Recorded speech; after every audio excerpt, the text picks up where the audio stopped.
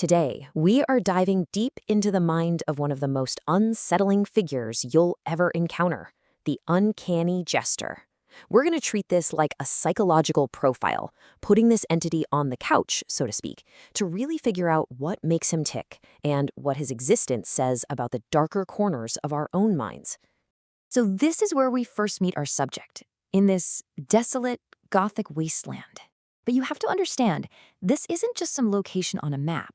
It's a psychological space. It's a place where all the usual comforts and rules of society have been totally stripped away, leaving the mind, the ego, completely exposed. So here's how we're going to break this down. First, we'll figure out what the Jester's actual function is. Then, we'll uncover his chilling endgame. After that, we're diving into a two-part diagnosis of his whole psychological deal. And finally, we'll see how his twisted little experiment plays out in the end. All right, let's jump right into our first section. Here, we're going to see how the Jester acts as a so-called instrument of truth. And spoiler alert, what that really means is he's a force designed specifically to shatter every single one of our illusions. You see, the Jester's whole job is to tear down our mental defenses. He literally laughs at our attempts to control our own lives, calling our efforts a pathetic dagger of will. He uses this philosophical acid to just dissolve all the polite little lies we tell ourselves to get through the day. He's basically a mirror that only reflects our deepest flaws, what he calls our terminal sickness.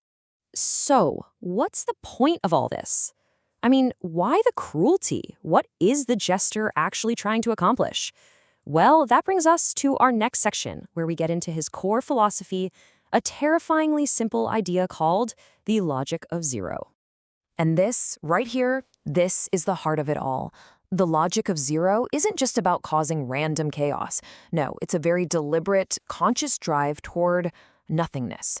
The core belief is that being alive, being an individual, is a fundamental mistake, an error. And the only way to find real peace is to just dissolve, to return to the void and embrace the grace of the abyss. And he's got a brutally effective 4-step plan to get you there. First, he shatters your sense of self, your ego. Second, he traps you in a cycle of your worst memories. Third, he forces you to stare right into that darkness. And then, he just waits. He waits for you to break and willingly beg for it all to end. Now, his primary weapon in all this is the hourglass. And this isn't just a metaphor. It's a literal machine designed to trap its victim in an endless loop of their own trauma. It forces them to relive not just their worst moments, but what are called their ontological errors, which is a fancy way of saying every single fundamental, soul-crushing mistake they've ever made. Okay, so we get his method, but why is he so effective? What makes him so deeply, deeply unsettling? To answer that, we have to move into the diagnosis phase. And our first tool for this comes from a pretty creepy concept from Freud, the uncanny. The Jester's real power comes from what he is, or more accurately, what he isn't. He's a not-self. He looks human, but when you look closer, there's just a void where a soul should be. And that is the absolute core of the uncanny, something that looks familiar on the surface but feels deeply, fundamentally wrong underneath. It triggers this primal gut-level rejection in us. You see, the uncanny, or das Unheimlich as it's called in German, is that chilling feeling you get when something that should be comforting and familiar suddenly becomes threatening. It's the unhomely found within the home. And the Jester, he's a perfect embodiment of this. We all know what a Jester is supposed to be, but this one is just a hollow shell, a human-shaped vessel for nothingness. Okay, so the Jester's uncanniness is his weapon. But what's the fundamental force driving his entire philosophy?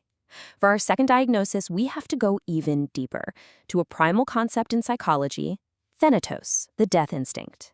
Simply put, thanatos is the part of us that, on a deep, unconscious level, actually craves an end to it all. It's a drive to return to the quiet, tension-free state of not existing. And it's always at war with eros, the life instinct, which pushes us to live, to create, to connect.